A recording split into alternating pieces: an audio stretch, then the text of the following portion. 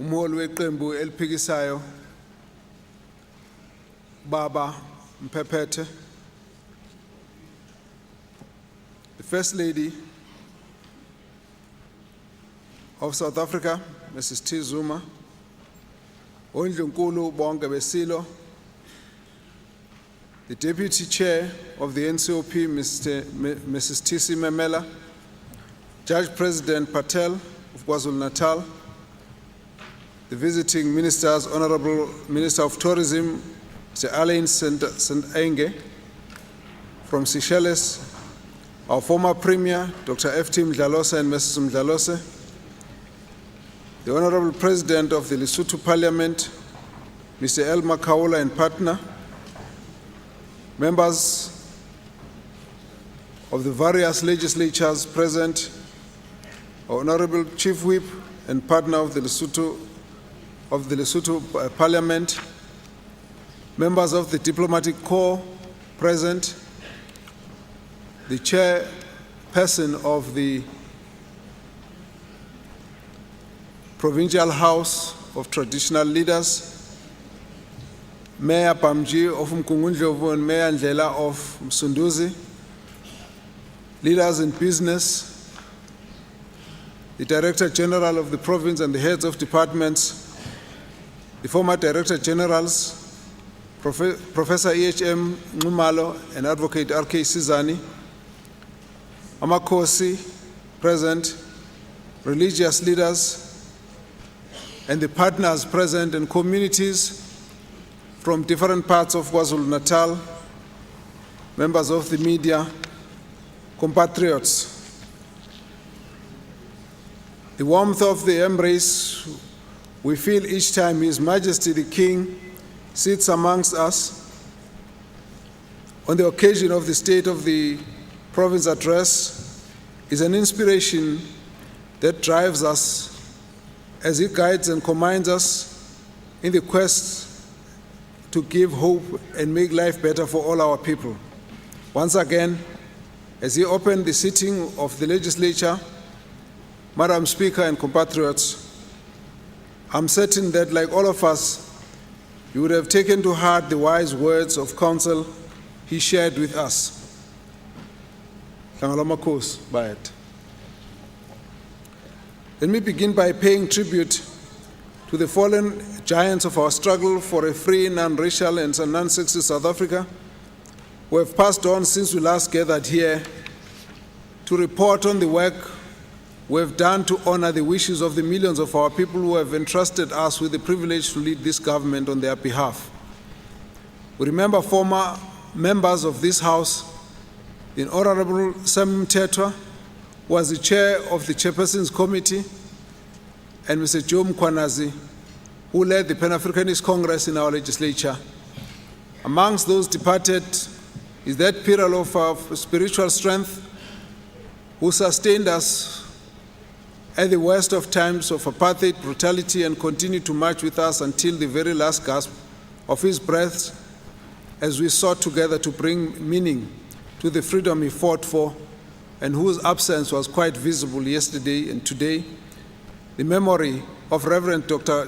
Kwazam Gojo, the chair of the Senior Citizens Forum, remains with us forever.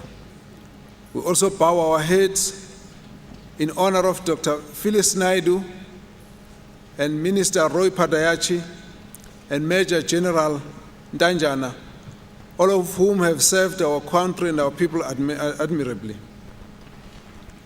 As government was still reeling from the shock following the unfortunate death of the road traffic inspectorate applicants at the end of the year, at the earliest possible opportunity, I convened our cabinet and we resolved to appoint a commission of inquiry. The processes to constitute such a panel required us to engage with the national government. This has taken much longer than anticipated. However, we are determined to handle this matter strictly within the framework of the law in order to ensure that the possibility of such a tragedy ever happening again is eliminated. We apologize to the families for the delay, but I may as well announce at this point that I have signed the proclamation appointing a commission of inquiry with full powers to investigate the incidents wherein these recruits died.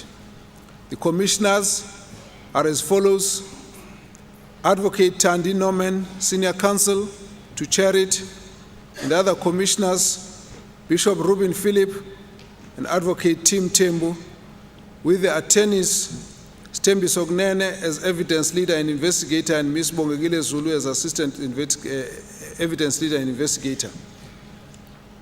Over the last year, our province has also once again been ravaged by the natural disasters which have affected 18,812 households in all districts, of which 8,000 homes were totally destroyed, involving a population of 77,460 people, in which there were 93 fatalities.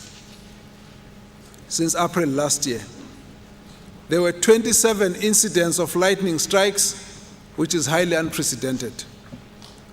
Our prayers are with the families. The cost of the infrastructure damage, which is still being calculated, is expected to run into hundreds of millions of rands.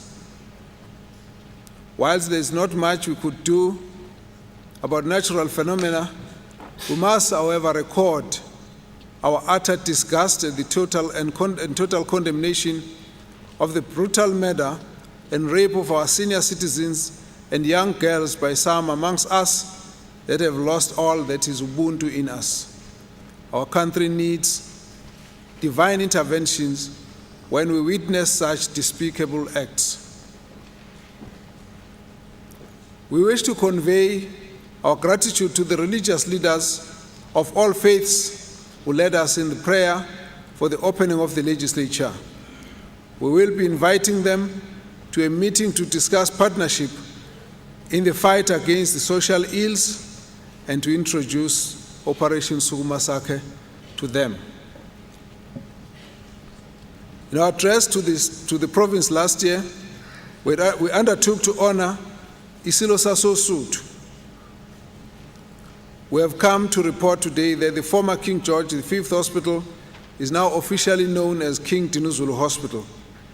His statue will be unveiled by Isilo in the next few weeks. Two other outstanding South Africans were honored by the naming certain parts of the same institution.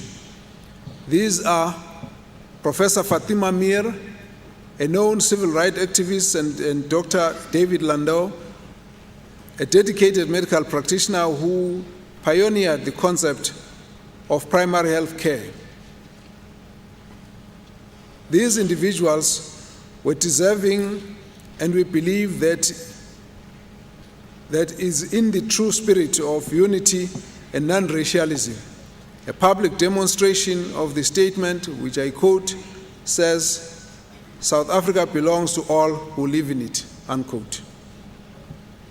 It has also been with this in mind that we recently hosted a conference of social cohesion to address the concerns of communities who feel marginalized, and these were the communities largely coming from Wentworth, Marion Ridge, Sydenham, and some of the areas around Durban, Maritzburg, Kokstad. In pursuance of the above, the government will host a social cohesion conference summit before June to deal with the issues as I've raised, but also to focus on this creation of a non-racial, inclusive South African nation.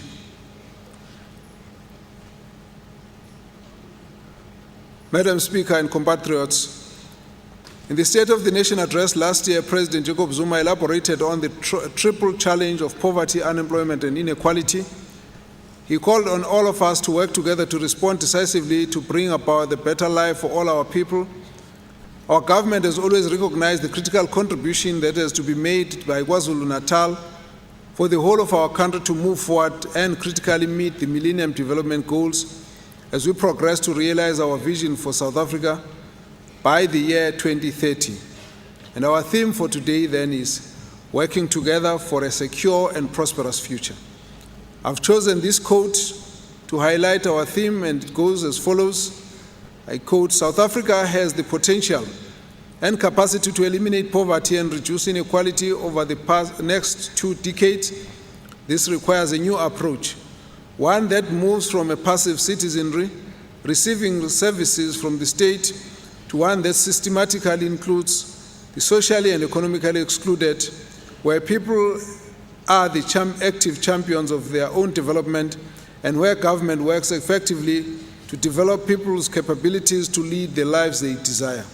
The success of this approach is premised on active efforts and participation of all South Africans in their own development, redressing injustices, faster economic growth and higher investment and employment, raising the standards of education and a healthy population, and effective social protection, strengthening the link between economic and social strategies, and effective and capable government, collaboration between public and private sector, and the leadership from all sectors of society," unquote.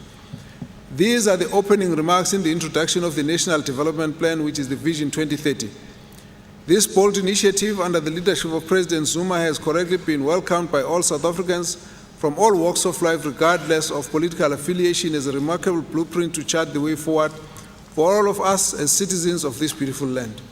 National Development Plan seeks to, by 2030, to build a just, fair, prosperous, and equitable country, most of all, a country that each and every South African can proudly call home. The Provincial Planning Commission has finalized the Provincial Growth and Development Strategy and Plan, which has been fully endorsed by organized business, labor, and civil society in the province, and is fully aligned to the National Development Plan. We have now not only mapped out our growth path to 2030 with clear targets and interventions to guide us along the way, we also know exactly what our contribution will be for the successful implementation of the National Development Plan.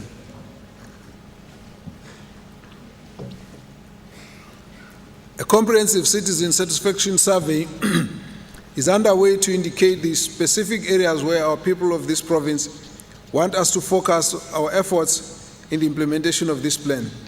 Our contribution to the national plan is expressed in our vision, which is that by 2030, the province of KwaZulu-Natal will be a prosperous province with healthy, skilled, and secure people acting as a gateway to Africa and the world, unquote.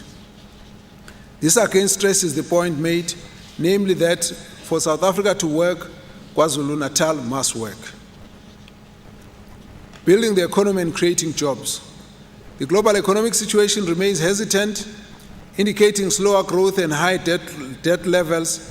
Though the fiscal cliff has been avoided in the USA after the 2012 recession, the Eurozone indicates a more gradual recovery in 2013. United Kingdom is expected to enter a triple dip. China is forecast to grow around 8.2% in 2013. India, Brazil, and Indonesia are expected to rebound after a slower growth. The advent of BRICS has coincided with a boost in the trade between member countries, including South Africa and the African states. Sub-Saharan Africa forecasts annual growth of 5.7% for the next 5 years. Though South Africa was affected by the global economic downturn, declining from 2.7 to 1.2 in the last quarter, it remains resilient because it has its own strengths and as indicated recently by Minister Pravin Gordhan. While South Africa as a country faces a challenge of how to position itself in the context of shifting global economic power, KwaZulu-Natal has a responsibility to build its own economy and make its contribution in growing our national economy. As a province, we therefore accept that for the country to create 11 million new jobs by 2030, KwaZulu-Natal will have to create 2.1 million jobs. To achieve this, we have to ensure that the KwaZulu-Natal economy grows at an average of at least 4% per annum between now and 2030. KwaZulu-Natal has been affected by the global and national trends, and in the third quarter, the growth was reduced from 2.1 to 1.8%. Despite massive investment and numerous jobs being created in several sectors, there are some sectors that have continued to shed jobs, Consequently, unemployment has moved from 19.3% last year to about 22.5% this year, according to the South African Labour Force Survey. As part of the NTP, government has initiated the strategic infrastructure projects which will be implemented between now and the year 2030 with the investment of 3 trillion rands from the public fiscus and private sector and creating millions of jobs while providing services and building the economy. Included in the provincial budget this year is a capital budget of 13 billion rand about to initiate new and maintain the completed projects. Infrastructure. In his State of the Province address in February 2012, President Jacob Zuma committed our country to massive infrastructure program to stimulate growth, fight poverty, and reduce unemployment. He announced 18 strategic integrated projects, all but 3 of which involve KwaZulu-Natal. In other words, only 3 are not going to involve us. The rest are actually going to be impacting on our province. The development of the Durban Dugout Port and the concomitant development of the Durban Free State-Gauteng Corridor Logistics and Industrial Corridor forms part of the strategic integrated projects. Approximately 100 billion rand will be invested in this development in the Dugout Port and the acquisition of land involving the transfer approximately of 641 hectares valued at 1.5 billion is now in progress. The projected increase of the capacity of Durban ports will move its capacity from 2.7 million containers TEUs to 30 million TEUs by 2040. Transnet has allocated 131 billion for the ports upgrade program countrywide aimed at improving the container and handling rate. To cope with such volumes, more work is underway to develop an inland port in the area of Cato Ridge. With the increase in the activity as well as the current expansion projects at the Durban and Richards Bay harbors, this sector will continue to experience high growth rates. KwaZulu-Natal has also 4 regional airports which are being revamped as infrastructure support and boost local economic development in those pursuant to the KwaZulu-Natal Airport Strategy adopted by our cabinet in 2012. These are Oribi Airport in Maritzburg, Margate on the south coast, Prince Mangosuthu Buthelezi Airport in Ulundi, in Zululand, and Mkhize.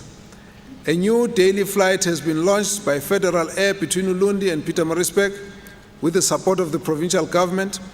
There are significant cost savings to the business community and enhanced revenue collection for the municipality as a result of the improved Oribi Airport, particularly on the route to Johannesburg. King Shaka International Airport opened in 2010 with a capacity of 7 million passengers per annum.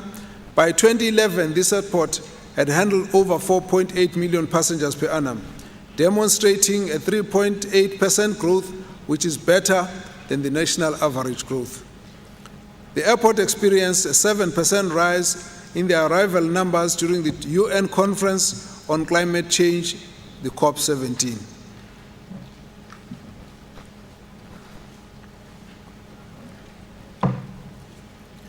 Emirates, the airport's international carrier, introduced for the first time the Boeing 777-300ER, which is capable of carrying 100 more passengers and 20 more tons of cargo than its predecessors. So far, King Shaka International Airport connects us now to Zimbabwe, to Zambia, to Mozambique, and to Botswana, and is ready to spread its network to the whole of the SADC region. Freight logistics have also been improved by the construction of the Watson Link Road to Durban Trade Port, and the new warehouse is awaiting construction. The Durban Trade Port is also growing rapidly, and its tonnage is increasing.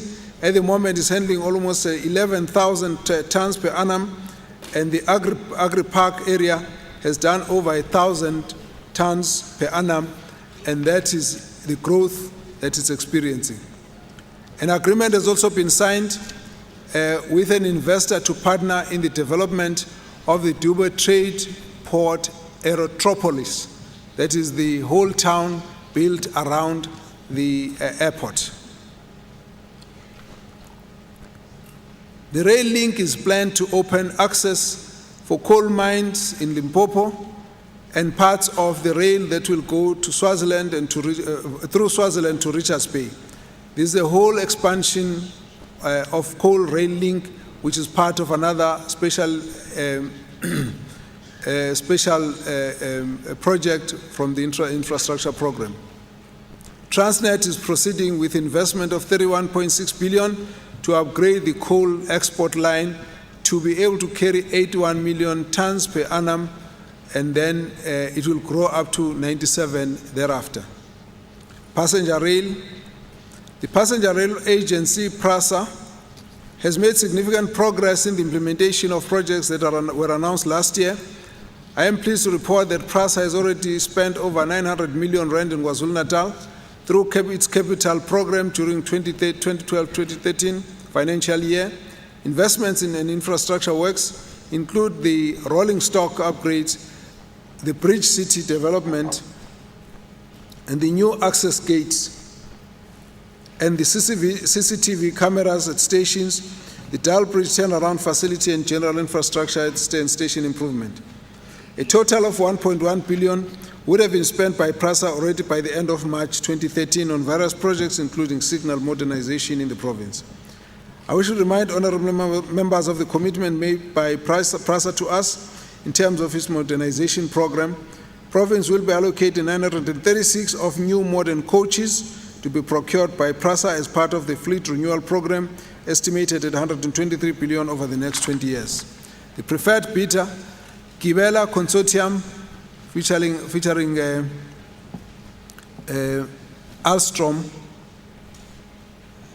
Alstom, a French company, will design, manufacture in South Africa, not abroad, and deliver 3,600 coaches over the next 10 years with a contract value of 51 billion. The first new trains are expected to be delivered in 2015, with some of these expected to be deployed in KwaMashu, Durban, and Umlazi route. In the meantime, PRASA has intensified its efforts to refurbish existing fleet, with 86 more coaches undergoing refurbishment and upgraded at the tune of 189 million in the current financial year. And the next year, a further 72 coaches for the province will be delivered at the cost of 161 million. The most significant development was the appointment by PRASA in December 2012 of Bombardier Africa Alliance Consortium to undertake replacement of the old outdated signaling system with a modern electronic interlocking system in a eThekwini Metro Rail commuter rail network. PRASA is making a total investment of 2 billion rand over the next 5 years on this one. The new signal system will result in increased capacity, safe movement, and frequent and faster trains.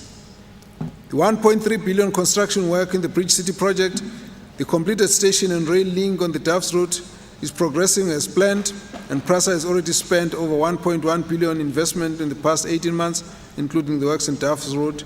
And there's also work in Kongela, Dial Bridge, commenced by August, will be commenced by August 2013 at a tune of 100 million. Total of 10 stations to be completed were completed under this program this year to the tune of over 34 million. This includes Havenside, Seaview, Poets Corner, Comas, Newcastle, Ladysmith, Westcliff, and Islands, Wentworth, which are also basically being completed. This includes largely lighting, ablution facilities, fencing, etc. A further 39 million will be spent in the improvement of the 12 stations, including Flamingo, Mhlali, Canelands, Mbongotweni, Thornwood, Cavendish, Jacobs, Mazimtoti, Dazenhoek, Effingham, Temple, and Dial Bridge. And the introduction of the express train between eThekwini and Pietermaritzburg has been rescheduled.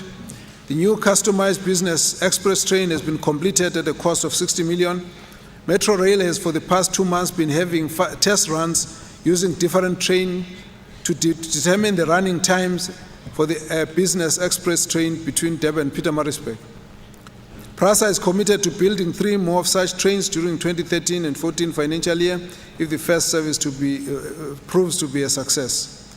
Government policy seeks to promote public transport over private car use and get as many of the car users to shift into more affordable, safe and convenient, efficient and faster public transport system. After the transfer of the Pietermaritzburg train from Transnet to Prasa, the upgrade will then commence.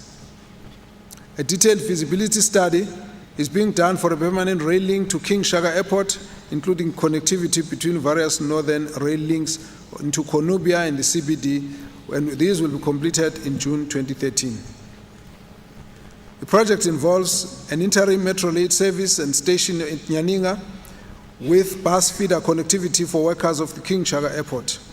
Furthermore, PRASA has committed 4 of its buses to transport passengers between the airport and the station. And this is particularly an issue because most of the people who worked in the airport earlier lived in the south, and now they have to move and travel to commute to the north.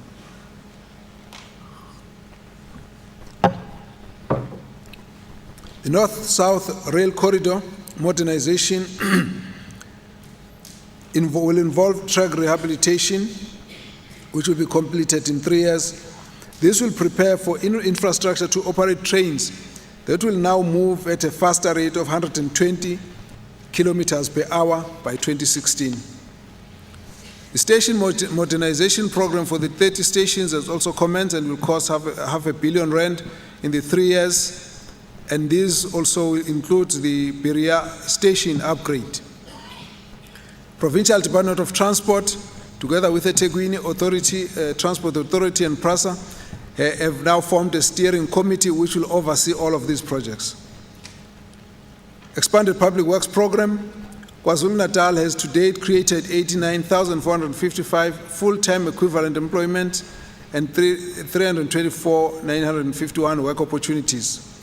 We have actually been commended by National Department of Public Works as the top beneficiary of the incentive grant totaling 165 million, which has been growing since 2009.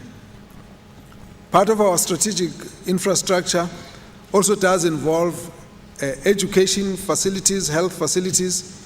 The advent of the crack team, which is hosted in the department and the treasury, which we announced last year, has ensured that the capital expenditure pattern is the best in the country. The Department of Public Works has been given 3 years to build their capacity and to take over by the end of the contract so that there is internal capacity for government to do the same work.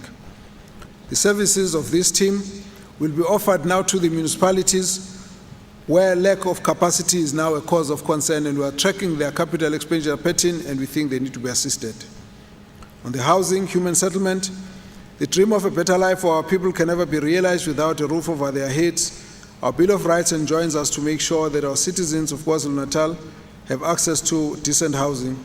In this regard, since 2009, we have produced 85,733 housing units with urban and rural spread, as well as upgrading 6,386 units in slum clearance programs.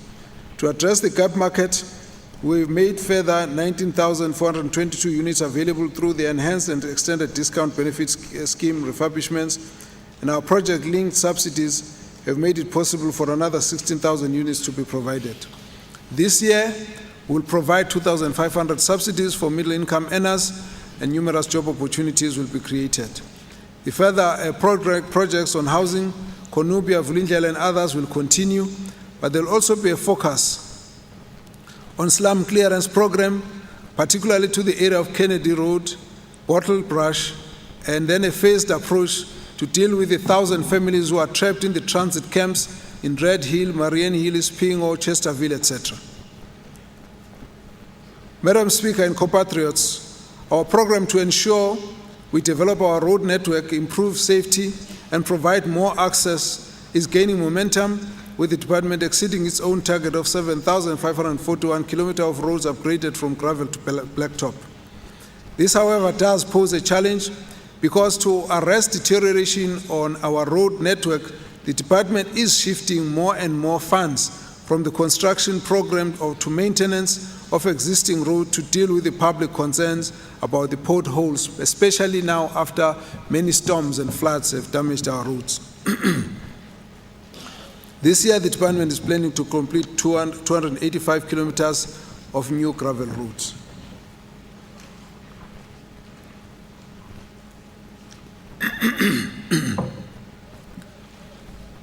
On electrification, in 2009, 74.16% of households in the province had access to electricity.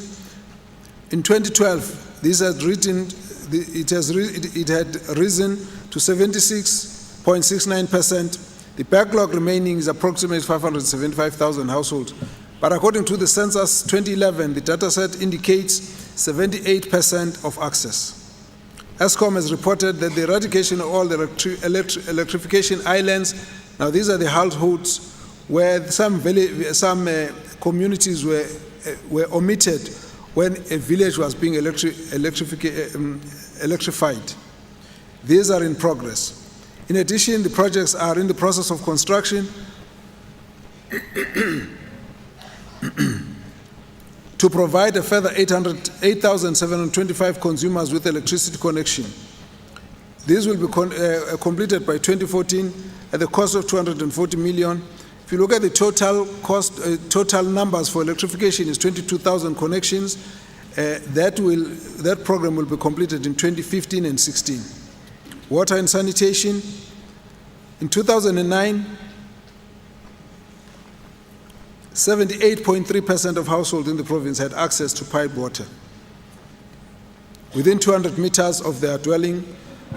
In 2012, this had risen to 83.47%. The backlog remaining is approximately 400,000 households, but the census 2011 put the figure at 86% of access. And also in 2009, 76.18% of households in the province had access to sanitation. In 2012, this had risen to 80.36%. The backlog remaining is 480,000 households. The census 2011 put the figure at 88% access. It is important to reflect on these figures so that the community of KwaZulu-Natal does keep track of the progress in the program of delivering the basic services to communities. Regional bulk infrastructure projects, including the construction of dams, are underway. Altogether, they come to the value of 2.18 billion rand to provide the people who have got outstanding need with an assured supply of potable water, resulting in about 3,600 job opportunities in construction. A number of these projects at different levels of progress: Moimgeni, transfer, raising Hazelmere Dam, Jozini, Lower Tugela, augmentation, Mkomazi, Mngeni, Mvoti River, etc. I also want to reflect on the renewable energy area. Here, a renewable energy database has been established to facilitate investment in this sector. Government has initiated a KwaZulu-Natal Green Growth website portal with all relevant projects, funding, and research information relating to the provincial green economy as well. We've also established a Green Economy Technical Assistance Fund.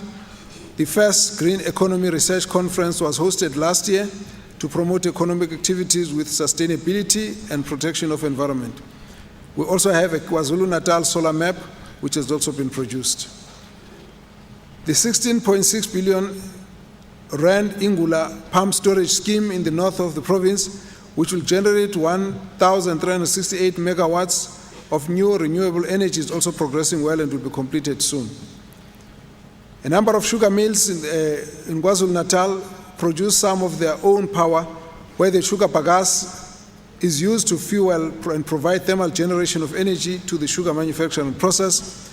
The discussion involving Department of Energy and Treasury and the sugar and paper pulp industry will see a combined strength of sugar and timber producing another 2,000 megawatts of new renewable energy. The provincial government has given full support to this initiative for several years now. We believe this project will significantly boost our prospects of green economy. The government acknowledges that the role played by the private sector, in growing the green economy sector. The rollout of solar energy and the conversion of landfill methane gas to energy by the municipalities contributes significantly to the reduction of the carbon gas emissions. eThekwini municipality has budgeted 100 million rand on a plan that converts methane gas from its major landfills. In maritime, Following the resolution of the previous cabinet, Lekgotla to elevate maritime sector as a driver of economic development and job creation, provincial integrated maritime strategy is nearing finalization. The final draft strategy will be presented to the Maritime Conference, which is scheduled to be done within 2 months. KwaZulu-Natal has partnership with Transnet in the opening of the Maritime Academy this year. On the ICT infrastructure, we continue to expand community access and broadband services. The national government has chosen KwaZulu-Natal KZN Broadband as its pilot to commence the nationwide broadband network. This project is included in the SIP 15 of Centec, has completed site preparation for wireless backbone for the 10 districts and metro, and provided internet connection already to 88 schools in 2012. The potential for job creation in the ICT sector is unbelievably high, especially in the business processing outsourcing industry, BPO. The brokering unit in the Office of the Premier, together with the Trade Investment KwaZulu-Natal, have facilitated the investment of about 2.4 billion rand.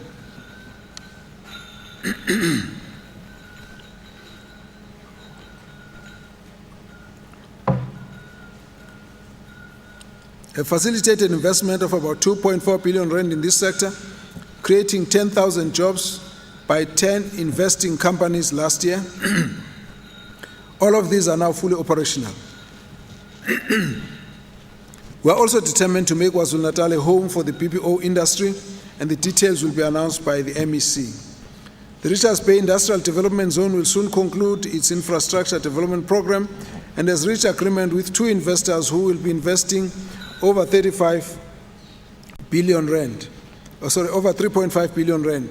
This is in addition to the current Tata Steel manufacturing plant, which is a 1.2 billion rand operation providing 400 jobs. An additional pipeline of potential investors will come on stream as soon as the earthworks and infrastructure development is complete in the IDZ. Regarding the industrial hubs, which we announced last year, where we designated each and every area for a particular industry, and in this case, there is progress. The department has appointed specialist project teams that will assist in the establishment and implementation of the hubs and special economic zones. The establishment of the district industrial hubs in all districts will create new nodes of economic growth and development. This will ensure that economic growth and job creation is directed to different parts of the province, including small rural towns. The DTI has also approved the proposal for the Dubai Trade Port to be considered as a special economic zone for the province, and the relevant stakeholders are meeting to refine the terms of reference for the feasibility study to be conducted by a DBSA appointed service provider.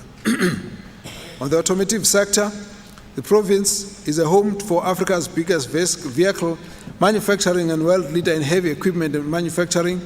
The component automobile manufacturers enjoy a combined turnover of about 10 billion rand and employs over 20,000 people in KwaZulu-Natal, contributing significantly to growth and economy and sustainable jobs. Government is facilitating the development of 450 million rands automotive logistics supply park to promote local business and encourage local and foreign investment and ensure that the industry remains globally competitive. An automotive supplier project steering committee comprising the CTA, KwaZulu-Natal government, representation, IDC, business, Itala and Toyota has also been established. The land has also been identified and is in the process of being procured.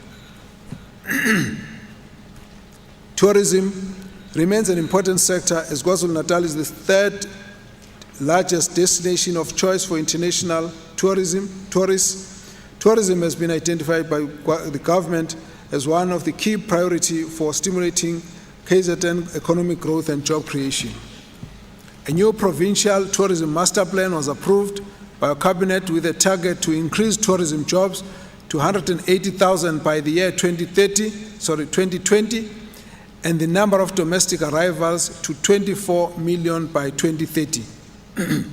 The tourism sector contributes 10% of our GDP of the province, and to boost awareness about our tourism potential, several meetings were held with ambassadors of the Eurozone, of the African continents, of the Latin America and the Gulf states. Many of these ambassadors have been invited and were hosted in our beautiful venues more resources will be set aside to promote tourism on our budget.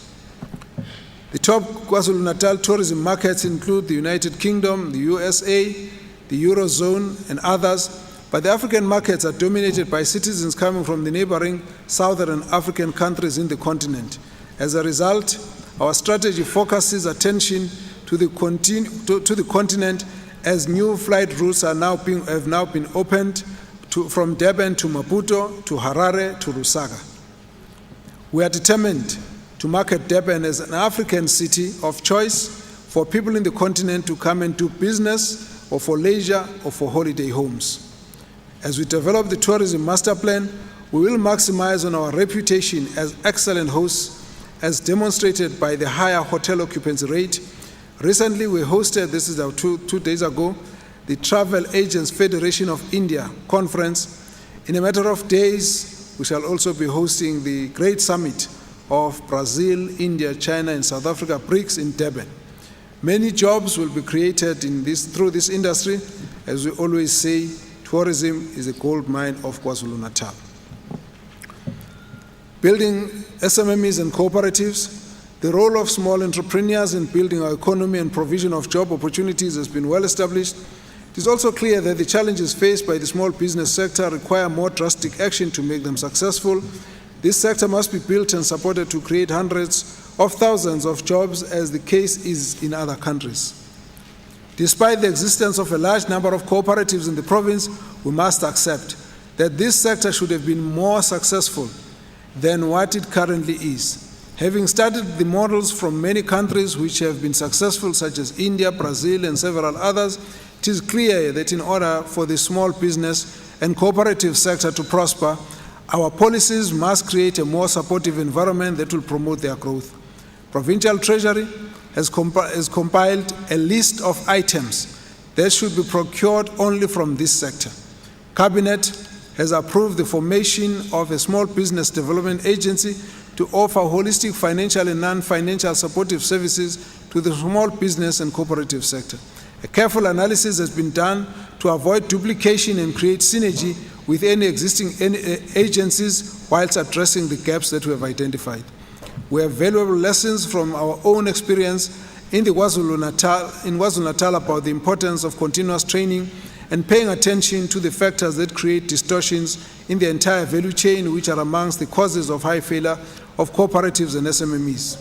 Mentorship, market access, microfinancing facilities, financial and technical capacity development, and incubation will be the direct responsibility of the agency. The legislation will be finalized within the next 6 months to enable government departments to procure certain specific goods and services only from this sector in a competitive and fair process with due regard to the sizes of the entity. There will be a focus in reviving township retail sector decimated by political violence and criminality. Women and youth entrepreneurs will receive priority attention as we endeavor to integrate the informal sector into the mainstream economy. Rural development. Rural development is aimed at ensuring food security for all the rural and peri-urban households, as well as creating vibrant rural economies and sustainable lives for the people in the rural areas by providing them with appropriate technology, skills, and development, and building an asset base. Many rural areas are rich in natural resources, mineral deposits such as coal, minerals, rivers, game, rich cultural heritage, and many others. And all they require is investment to convert such resources into wealth that builds the rural economies that eradicate poverty and benefit communities who are the real owners of the land. It is estimated that a third of KwaZulu-Natal's total land cover is under the custodianship of Ngonyama Trust land, which is categorized as predominantly rural in context and which covers areas where high poverty levels prevail. This area is poverty levels estimated to be as high as 49.5% and youth unemployment as high as 42%. It is therefore imperative to channel new developments and opportunities to the relatively deprived and sometimes remote areas by opening access to land for development and to support rural areas to become active partners in the development of their land. The Ngonyama Trust Board has done a lot of work to delineate land belonging to various communities and has it accurately mapped on the geographic position system. This makes planning much easier. These towns, there are towns and townships that are located in land under the control of Ingonyama Trust Board that need municipality and Ingonyama Trust Board to align plans to fulfill their mandates and responsibilities laid down in law for the benefit of the communities.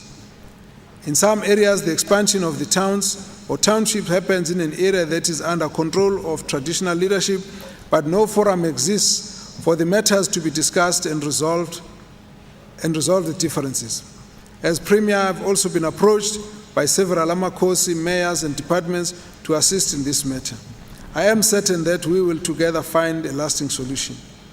There may well be a gap in the legislation to determine how matters of this nature should be resolved in case of conflict. Naturally, as Isilo Samabandla indicated in his address 2 days ago, Amakosi may feel that they were not consulted, while the municipality also feel that they are under pressure to provide the services. Lolu daba lokuthuthukiswa kwendawo zasemakhaya njengoba isilo besibeka izolo phambi kwayizolo liyadinga ukuthi lixoxwe kakhulu ngoba endaweni eziningi lapho umasipala ukhona kutholakala ukuthi amadolobha amancane kutholakala ukuthi indawo mhlambe isabiza ngaphansi kwaleyo nkosi ekuyona. Manje ke uhlelo lokuthi kuhlukaniseke kahle ukuthi uma kufuna ukuthi kube khona izinto ezenziwayo noma kulungiswa izidingo kusetshenziswana kanjani, iyona lento engicabanga ukuthi isilo besikhuluma ngayo masiqala inkulumo phambi kwayizolo esithi ke indaba le kufanele sihlaleleni phansi sikwazi ukuyixoxa.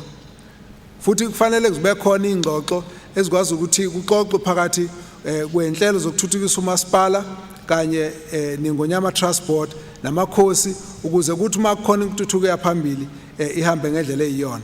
Ngakho ke inkulumo ebebekwa isilo ithinta lolu daba siyayimukela sibona ukuthi kufanele kuyoxoxiswana ukuze sikwazi ukuzixazulula lezo nkinga intuthuko iye phambili. The work of the Provincial Planning Commission has also contributed significantly to the important breakthroughs and progress made with the promotion of security of land tenure in both urban and rural context.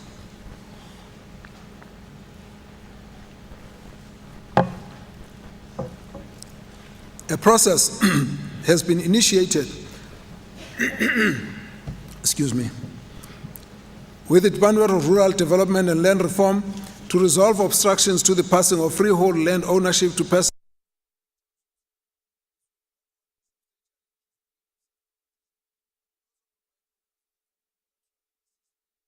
disadvantaged occupants to become active role players in the property market and our economy.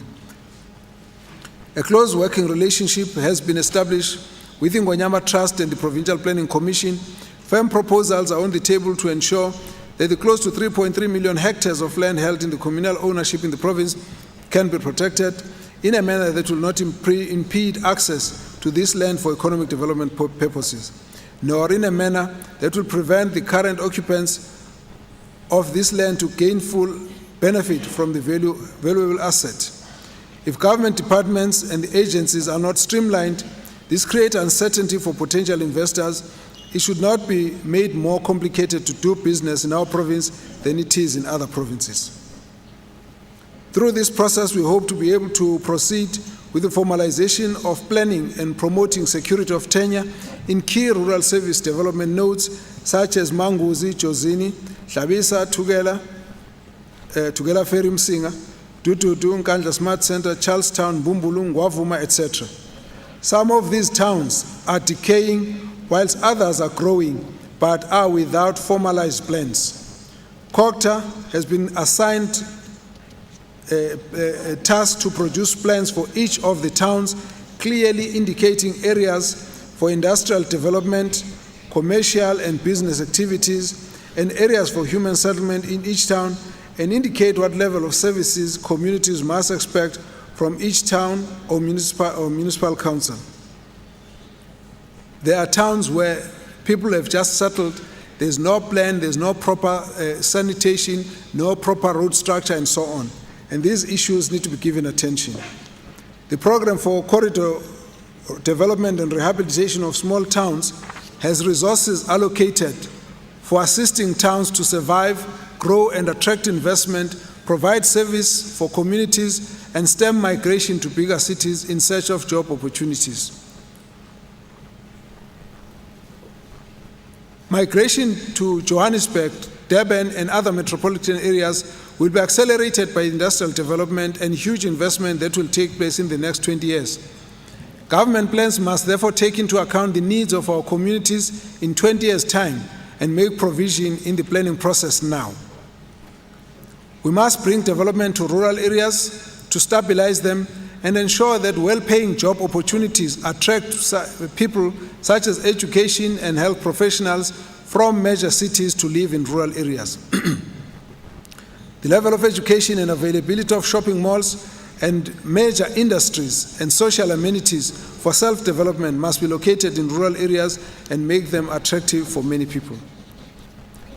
A rural development summit will be convened in the 2 months involving national, provincial and local governments, Ngonyama Trust Board and Amakosi to align these plans and resolve all the issues raised by various stakeholders. The summit must also discuss the fate of 108,960 hectares of land that have been handed back to claimants but has lost all productivity for various reasons and how this may be solved in order to improve agricultural output.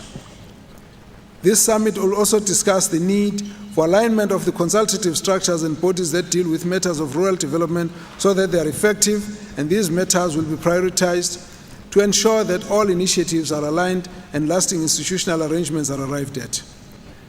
The Provincial Growth and Development Plan has designated the potential for every district and identified the strength and economic potential for investment. It is now clear which investment need to be attracted to which district. The special economic zones which are based on the designation will require cooperation to make this investment a reality, and these matters will also be further canvassed in that summit. This will ensure that the special economic zones are part of the IDP processes. It will also be critical that communities, Amakos and civil society are made to be part of developing the integrated development plans to ensure that our plans can stand the test of time in line with the 2030 vision. However, agriculture remains the mainstay of our plans. In 2009, we initiated the One Home, One Garden campaign. This has met with various degrees of success. The truth, though, is that this must be made a culture of KwaZulu-Natal people. Everyone must grow their own vegetables. We have noted many communities who produce vegetables but lacked market to sell them. We have therefore decided to adopt a model of Ilembe district vegetable market to solve this problem for good.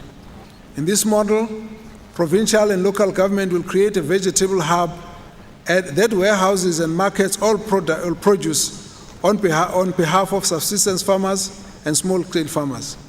This creates a guaranteed market for all those home gardens. This will now create an incentive for those who will use agriculture to generate income and create job opportunities, especially the youth and women. We have directed then that all district councils should set up these within the next 6 months. Financial support will be provided by the provincial government to augment municipal resources, and Itala Bank has agreed to partner and offer credit facilities to the small growers. Once formed, the Small Business Development Agency will work closely to support the cooperatives and small business involved in the initiatives. In turn, these vegetable hubs in every district will enter into an agreement with the MECs of Education and Health, who will guarantee to purchase all the vegetable produce for purposes of the school feeding scheme and various hospitals under the provincial government. The Correctional Services Minister will be approached as well. All this will be done to revive and sustain the cooperative movement, which shall be made part and parcel of the initiative from the beginning. Provincial government is currently investigating a property package to support communities in poverty after they have been profiled through the Operation Sungmasake. There are many communities where there is unemployment and poverty but do not qualify for any government support. While there are welfare grants and job opportunities in the cities which attract many youth to our urban areas, it is dangerous to allow communities to lose the collective memory and skill of farming. It makes people helpless whilst they sit on a valuable asset, the land.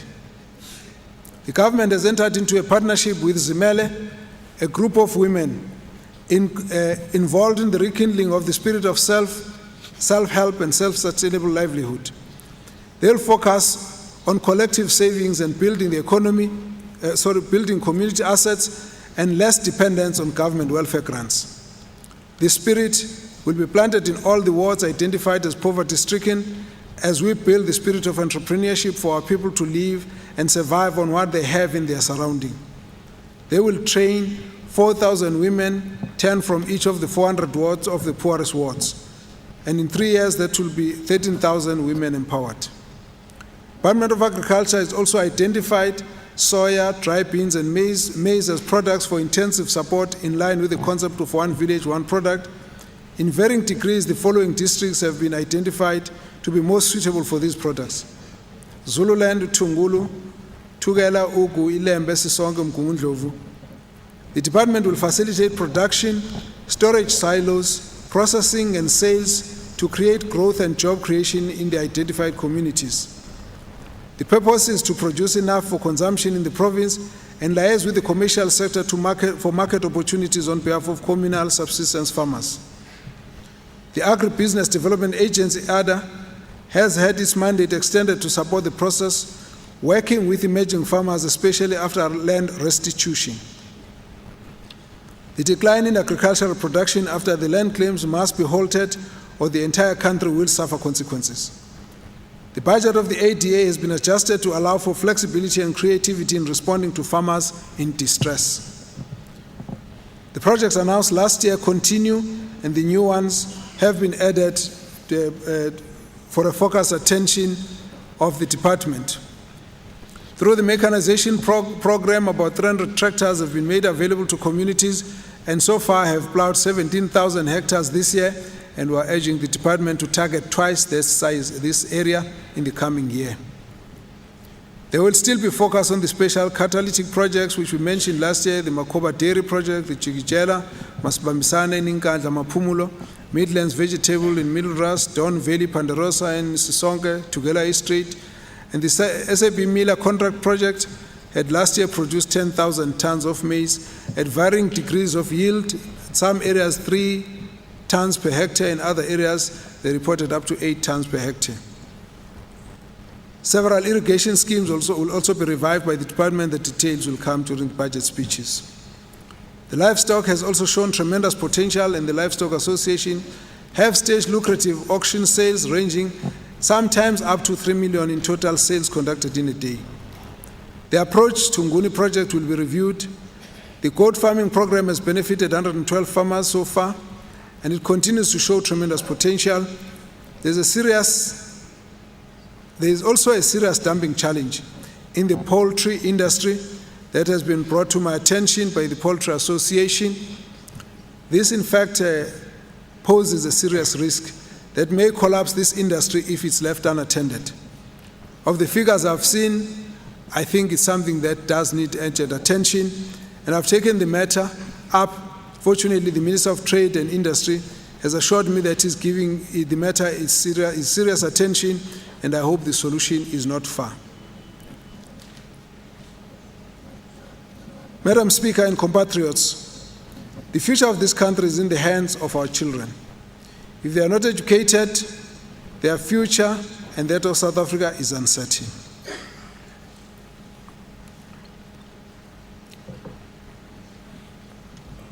.2% of all our 5-year-old children now are in school. In other words, all 200,000 of grade L pupils were registered in 3,934 schools. This, for us, is a huge achievement. In the age group of 0 to 4, there are 123,506 learners receiving early childhood development. As our forebears said, Libunjwa Alseva, this actually begins to determine the percentage part at matric level. If we miss it here, then of course we don't expect much at the matric levels.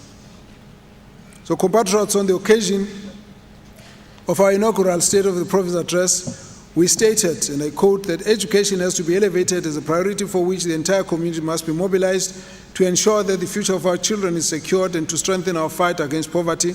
We call on all community leaders, parents, teachers, and learners to work together to bring back the culture of learning and teaching.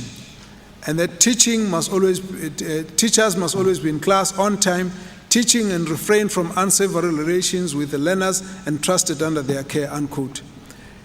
In this regard, whilst the debate continues regarding education as an essential service, we trust that the interested parties will find common ground expeditiously in order to avoid further uncertainty about the way forward. We therefore welcome President Jacob Zuma's decision to establish a presidential commission to investigate the appropriateness of the remuneration and conditions of service for public servants, with teachers being prioritized. And we hope that this will begin to solve the problem of the disruptions in schools with time. The child is our focus.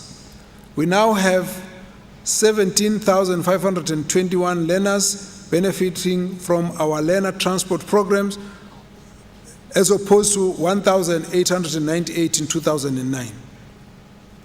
The number of no-fee schools has increased from 1,879 in 2009 to 2,796 to date. This constitutes 82.47% of our schools being non-paying in the province, and these schools account for 71.4% of all our learners. In 2009, we said, and I quote, "We're determined to continue improving the quality of education and improve the matriculation and especially mathematics rates in the next 5 years." We stand before you today to report that the grade 12 results in 2008 were 57.8%, and the class of 2012 has actually achieved 73.1%, a magnificent quantum of 15.3 improvement over these 5 years. We commend the class of 2012, the educators and parents, and from 2009 to date, we have increased the number of learners passing mathematics and science from 24,284 to 30,000 for mathematics and 23,000 to 26,000 for science. We need to do more work in this area and increase the numbers, because these subjects are critical to the skills development that this country requires. We note also the performance in the annual national assessment for grades 3 and 6 mathematics and languages. Here, hard work is needed to attain quality education. In order to improve early childhood development, primary and secondary education, we are reviewing and resourcing teacher education and capacity building programs. Through our mathematics and science teacher development projects, funds are allocated for the establishment of the KwaZulu-Natal Teachers Development Institute. Slowly, the results are already showing. Next month, construction starts on the Indumo Comprehensive High School, which we announced last year. And this school is a response to the need to improve quality of education in rural schools, and it will also provide education for vulnerable children, such as orphans and others. Next week, we shall also be launching the first youth academy in Estabazini in Mkhize. The center will train youth on short skills as artisans and help them to live sustainable lives as entrepreneurs. It has a component to rehabilitate those who have been involved in substance abuse. From 300 students per annum, thousands of youth will be benefiting as the centers get rolled out in the rest of KwaZulu-Natal. I must also add that we have increased the numbers of bursaries this year to over 2,700 students into universities. And this we have been doing and increasing each year from 2010. As government, we particularly are excited that cooperatives are taking over the school nutrition program. Cracking down on collusion between government employees and unscrupulous service providers has resulted in over 50% increase in the number of service providers. We're currently providing a daily meal to 2.2 million learners in quintiles 1, 2, 3, and those from disadvantaged backgrounds in quintile 4, and is at the cost of 1.1 billion per annum. Madam Speaker and compatriots, as we look back over the last 4 years of this administration, it is also with humility that we report back to the nation about the remarkable strides towards ensuring that today is better than yesterday, so shall tomorrow be better than today for our children. We remain committed to eradicate poverty, eliminate unemployment, and address comprehensively inequality in our society. For the first time in the recent history, HIV and AIDS are showing signs of retreat.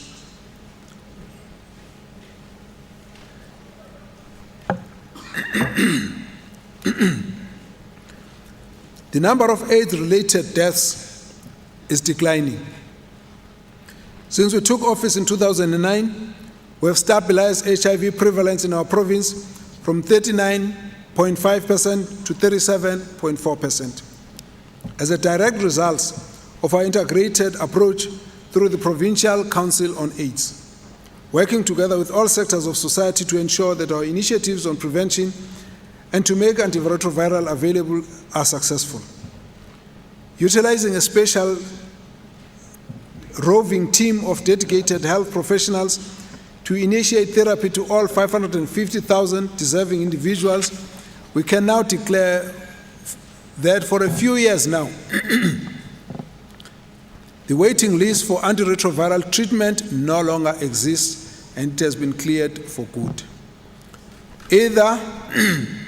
Earlier this year, Old Mutual reported that the death rate amongst employees of companies that brought risk cover from the company that had fallen for almost 20% from 2008 and 2011.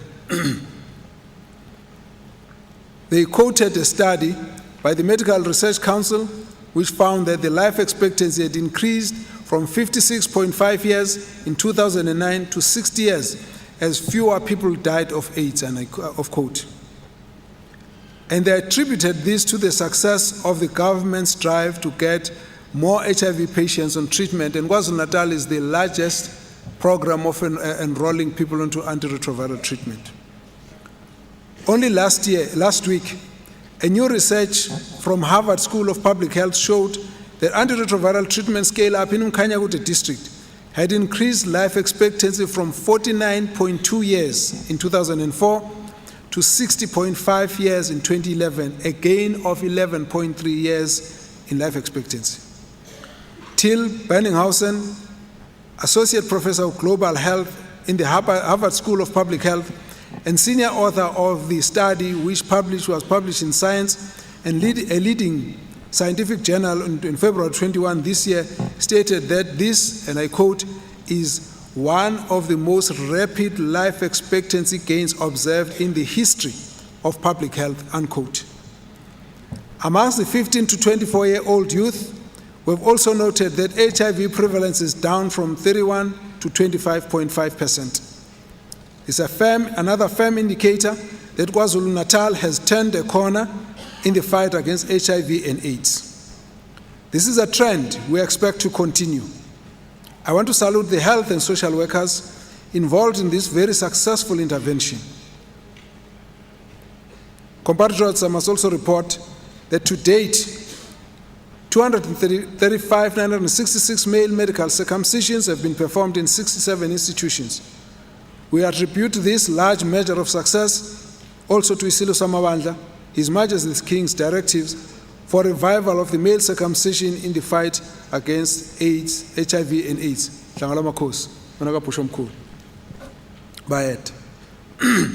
Compatriots, our province already received international acclaim for the remarkable reduction in the mother-to-child transmission from 19% in 2007 to 10.3% in 2009 and to 2.2% currently. Indeed, a dramatic achievement in such a short space of time. We have noted that the maternal mortality rate continues to rise, I have directed that this matter is made a standing item on the Provincial AIDS Council. This matter should be discussed in the district and village leadership forums by elected, religious, traditional, and community leaders. The campaign on accelerated reduction of maternal and child mortality in Africa, CARMA, will be intensified by the Department of Health, and regular progress reports will be tabled in the above forums. In other words, that report, which is coming from the doctors who are looking at the mortality rates, must be discussed in the ward, in the village, in the church, to make sure that everybody understands and begins to address. Every leader must, every level of leadership must take action to stop the death of mothers as a result of giving birth, a natural process of giving life. We've also reduced TB incidents for new cases, but the campaign against TB will need to be accelerated until our target of 716 per 100,000 in 2015 is attained. We may not achieve the target of the Millennium Development Goals, but reversing the skyrocketing trend of the past few years is the basis of hope that we will together defeat tuberculosis and save many lives, since the 70% co-infection rate of TB and HIV remains a major killer. It is pleasing for me to say that the trend on the TB is going now the correct way. 5 years ago, it was actually moving in an upward direction, which was really a cause of concern. But now I believe that the change has come, although we won't meet the targets, but we are getting there. From 2009 to date, our efforts have resulted in the incidence of severe malnutrition for children under 5 being reduced from 9.5 per 1,000 to 6.7 per 1,000. We have registered dramatic improvement in child poverty indices such as wasting and stunning. Clearly, our MDG targets for 2015 will be met. Similarly, let us rejoice at the news that KwaZulu-Natal has achieved the Millennium Development Goal in the reduction of the incidence of malaria. We must, however, express our disappointment that we have not fared well in the battle of the waistline. The obesity levels continue to rise in excess of 3.6%, which is our target for 2015. We need to double our efforts to implement our province-wide integrated healthy lifestyle campaign to reduce the impact of non-communicable diseases such as obesity, diabetes, and cardiovascular diseases.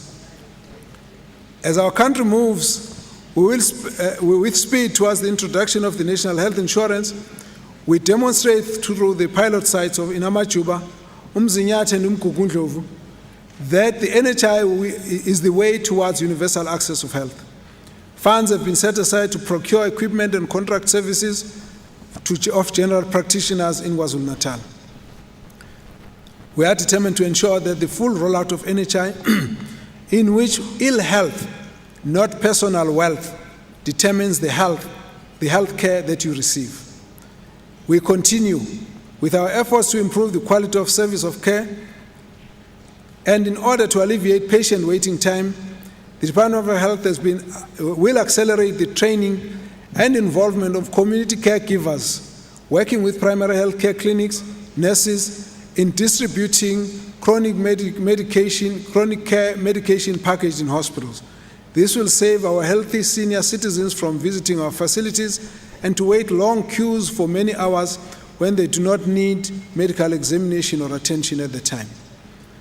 As a society, how we treat and care for our children, women, and disabled, and the elderly mirrors the way we value and the value we attach to the very basic of human rights. Our government has invested funds in the provision of social infrastructure to increase accessibility by all communities through to pension payout points, 2-song centers, one-stop development, and household-based community development centers.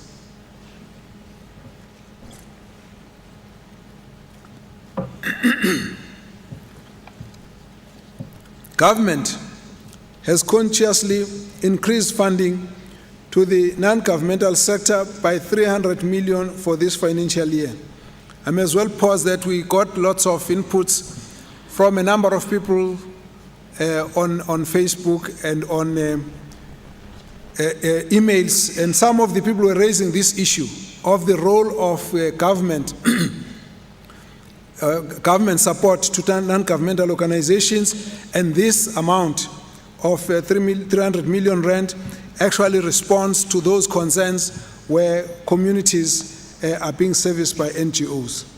We're hoping to strengthen our relationship with the NGO partners, as there is a huge scope for non-governmental organizations and faith-based institutions to cooperate with government in caring for the vulnerable sectors of our community. The area of partnership with NGOs and care for the disabled, senior citizens, orphan care, and vulnerable children, as well as in the fight to reduce all social ills. The Lungisisa Indlela Village project, which we also announced last year, in which government and the church and business have partnered to look after the orphans, is progressing well, and plans are afoot to replicate this model in the province.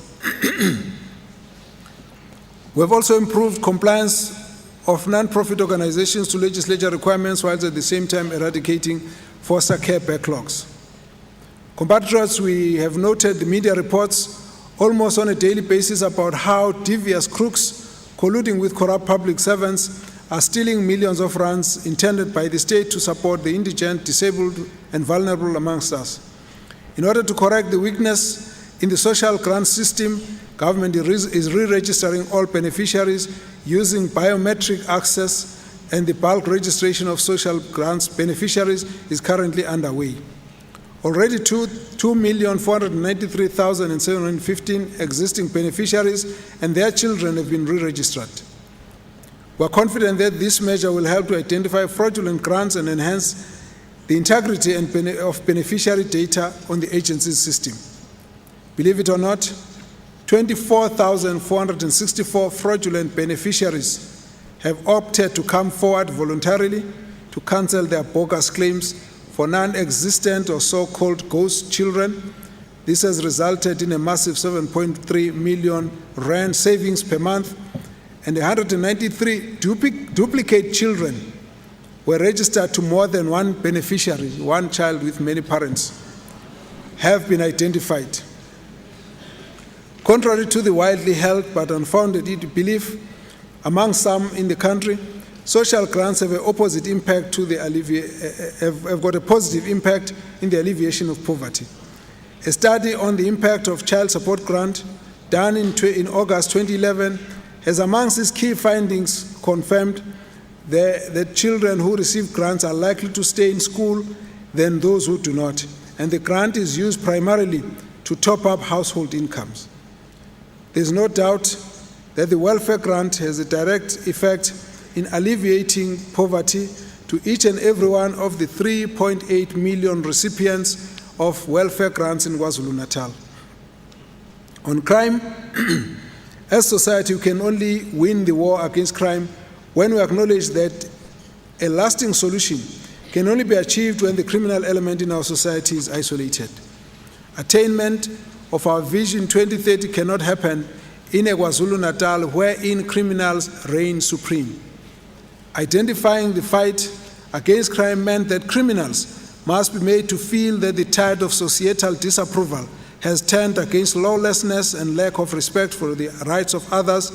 This is a long and hard fight, but we have made a good start. We launched a comprehensive strategy against crime, which we call Building United Front Against Crime, generally known as Hlasela, Operation Hlasela, and integrated into departments in the spirit of Operation Sukumasake. The strategy involved mobilizing communities to work with and support the police. It is a partnership with the community safety structures, as well as elected religious and traditional leaders, and at all the levels, and over 2,000 community volunteers who are trained to work together in the onslaught against crime. While we acknowledge that a lot of work must be done to bring crime to an end, current statistics shows that murder has decreased by 8.7% and attempted murder by 6.36%. Illegal possessions of firearm and ammunition decreased by 7.42%, meaning that the police efforts to disarm communities are resulting in fewer deaths inflicted through firearms. In fact, police were saying anecdotally that they think probably 25% of deaths or murders are committed using firearms. The rest is through sharp objects. We need to reduce all of that, but this is just to indicate the impact of the disarming of community. The current statistics indicate that sexual offenses decreased by 3.94%, rape decreased by 2.16%. Nevertheless, any incidence of sexual abuse remains extremely traumatic. We are therefore strengthening our programs aimed at curbing violence against the vulnerable and have established 7 Thuthuzela care centers for specialized victim care. These centers are one-stop facilities that have been introduced as a critical part of anti-rape strategy, which is aiming to reduce secondary trauma for the victim, improve conviction rates, and reduce the cycle time for finalizing cases. Excuse me. This strategy does cover some of the issues that His Majesty has raised, particularly as it deals with the challenge of the elderly who are getting molested. That the rate of sexual offenses against women and children are decreasing, although at a very low rate, means that attention needs to be paid more and more to this matter, especially to protect the elderly, women, and the children. Human trafficking and child prostitution awareness sessions are being held in the province, and to assist these, a human trafficking, prostitution, pornography, and brothel task team has been established. A provincial committee on the management of sexual offences has also been established to monitor the implementation of the Sexual Offences Act. Compatriots, we've also always maintained that that through the joint effort and strong coordination amongst various stakeholders, the police and the army, correctional services, community policing forums, community safety forums, and community leaders, churches, non-governmental organizations, and CPOs and volunteers, all working through the justice crime prevention strategy, can we overcome this challenge. It has been disappointing to see the resurgence of politically related conflict between and within political parties. A multi-party structure involving the leaders in the province has been effective in dousing the flames of political intolerance and stabilizing the areas. The cleansing ceremony by Isilo has gone a long way to create peace and racial harmony and dissolve years of mutual suspicion. And I do want again to say we salute His Majesty for this very noble initiative, and many communities participated. Those who seek to achieve political ends through assassinations and acts of thuggery are occupying their rightful place in our prison cells, and the programs in communities in dialogue have been used to mediate amongst groups of communities in conflict and foster reconciliation, resulting in long-lasting peace.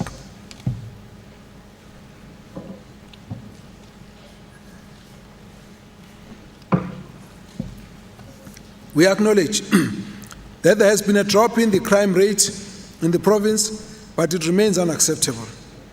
However, we still need to address the crime where we experience an upsurge, for example, in the stock theft, and driving under the influence of liquor or drugs-related crimes, and common robbery. We are reclaiming the place occupied by the drug dealers. We are right on the heels of those who rape and kill our grandmothers and daughters, often under the influence of drugs. At the beginning of the term of office, we committed government to intensify the fight against substance abuse as part of an ongoing effort aimed at eradicating social ills from our communities. A campaign against drug trafficking has been launched by the provincial government led by the Premier, involving a specialized team of police investigators. We want to commend the people of Chatsworth, Wentworth, Meerwent, Inanda for the partnership that they've demonstrated in this campaign. Their campaign for the police in supplying concrete information has resulted in high-profile arrests of the drug lords that have eluded police for many years. The active participation of the Post newspaper demonstrates progress that is possible with the media partners playing a constructive role in support of the communities.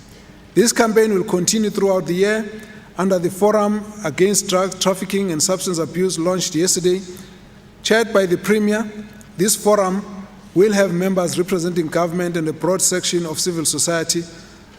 In terms of the national guidelines, it's supposed to be chaired by the MEC, but Cabinet took a view that to make this a much stronger and involve the whole of government, Premier must chair. It will focus on prevention, on care, on research and support for communities in their resolve to stamp out drugs out of their homes, schools, and in the neighborhood. We've also taken a very strong stance on road safety and prevention of accidents in the province. Over 3 million people were stopped, 575,000 written charges were issued. This is since 2009, and over 29,000 unlicensed vehicles have been taken off our roads, while the total decrease in fatalities from 2009 to date has been 33.6%. We're still disturbed that an alarming number of truck accidents, especially those involving multiple trucks. As honorable members would have noticed in the media, we've also launched a campaign against rhino poaching in the province. Our message to syndicates, both local and international, is that our justice system is ready to deal with them harshly. It is truly tragic that we have recorded 48 rhinos killed between April 2012 and 2013 and January this year. When we are encouraged, however, that 39 culprits of various nationalities have been arrested, we also salute the law enforcement agencies for their dedication and their achievement in fighting crime. We also salute the SILO for consistent leadership in this regard. On the Climate Change Council, following a successful COP17 summit, the provincial government has demonstrated a commitment to ensure that KwaZulu-Natal becomes a model of a province that is greener, cleaner, and sustainable and prosperous. Compatriots, allow me to inform this House that in September last year, we hosted the inaugural meeting of the KwaZulu-Natal Climate Change Council, which is comprised of representatives from the private sector who are into this space, non-governmental organizations, civil society, academics, religious leaders, and traditional leaders, and the media. Over the recent months, we have seen that climate change has the potential to affect almost every sector in the economy of the province. As a result, the Council is developing a program of adaptation and mitigation with the aim of reducing the risk to climate change, including the planting of 1 million trees in 5 years, promotion of community-based waste for food programs for job creation, and is also a member of an international association of provinces called the Climate Group. The Council is coordinating the work of 3 tiers of government to ensure business and society are provided with the necessary tools to ensure the reduction in the greenhouse gas emissions by increasing energy efficiency without compromising sustainable development. Silo Samabandla, Madam Speaker, and compatriots, at the beginning of the term of this current administration, we undertook to create an image of clean and efficient government with a strong focus on good governance, and to be very firm and decisive in the fight against the fraud and corruption in our public service. We continue to maintain this position. Performance and Monitoring and Evaluation Unit, working through the NERV Center in the Office of the Premier, monitors all departments and evaluates performance and ensures that the set targets are achieved. Total vacancy rate involving all government in 2009 was 23%. We're pleased to report that this vacancy level in our province has been reduced and now sits at 7%, well below the national level of 10% in line with the presidential directive. In the Provincial Operation Clean Audit, the provincial government offers assistance to municipalities to improve audit outcomes. COGTA and Treasury focus strongly on the engagement with political and administrative leadership for poor performing municipalities. This will be more so for the 7 municipalities that have received disclaimers. We congratulate Mkhize municipality for sustaining a clean audit. It will also be recalled that in 2009, the government faced the prospect of a massive over-expenditure of 4.5 billion rand, which was reduced through our austerity measures. These cost-cutting measures have since been recommended by National Treasury for implementation by all provinces.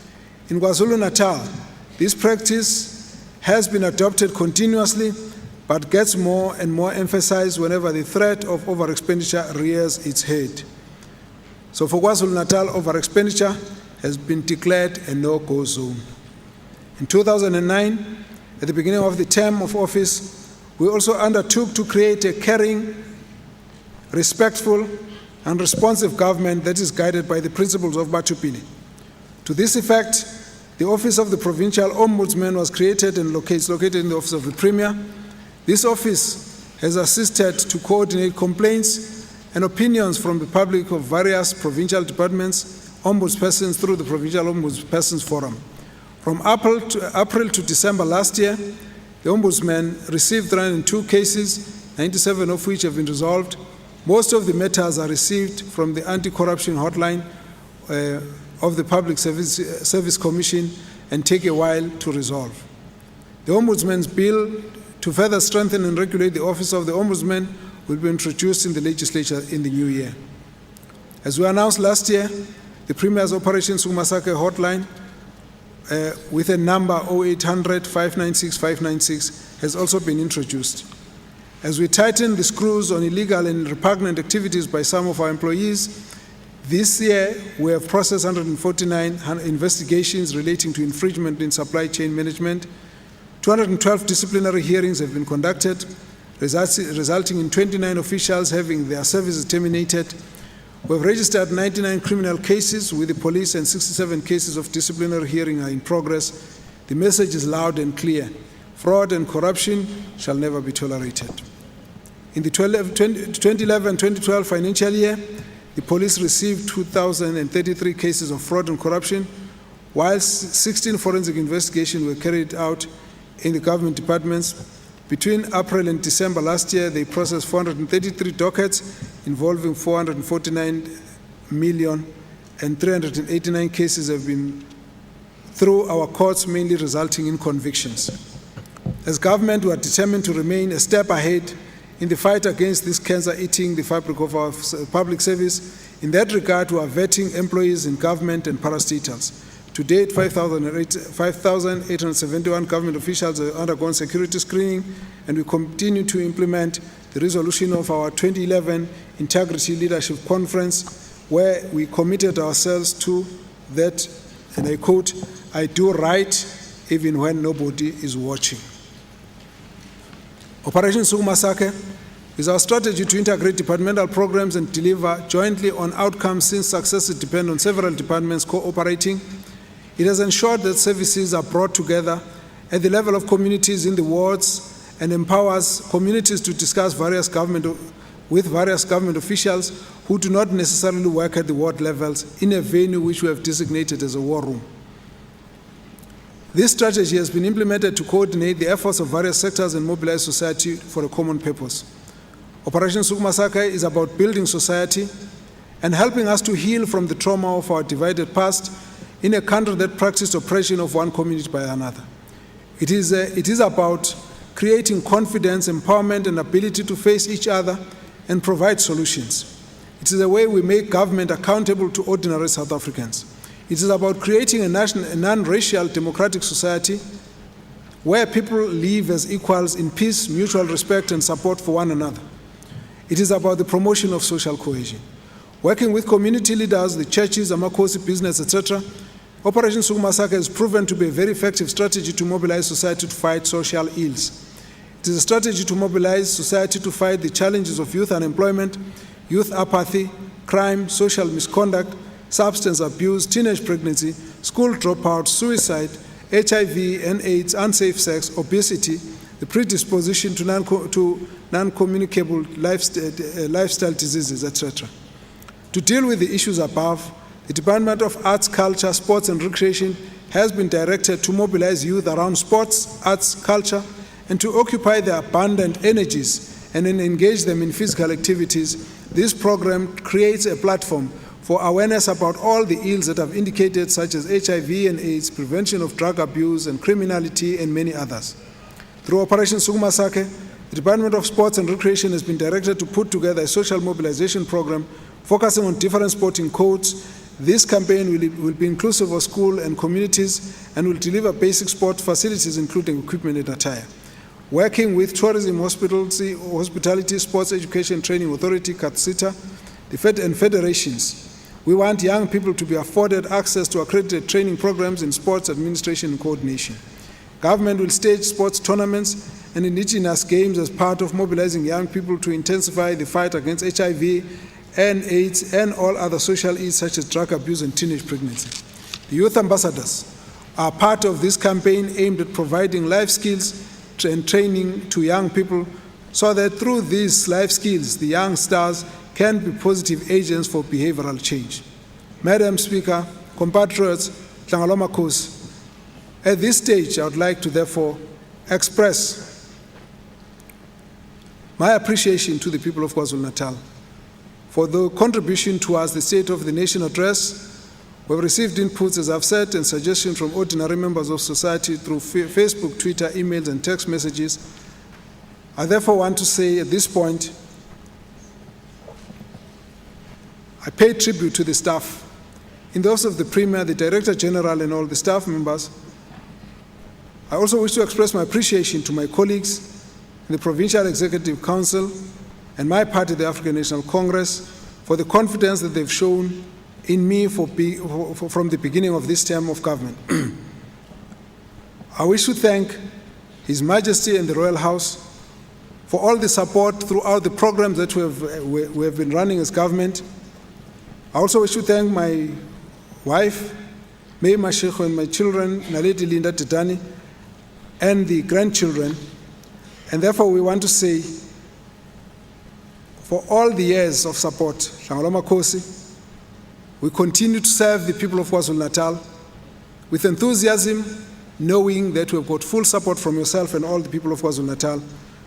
We have therefore, at this point, to work together for a secure and prosperous future for KwaZulu-Natal and South Africa, and I want to thank you all.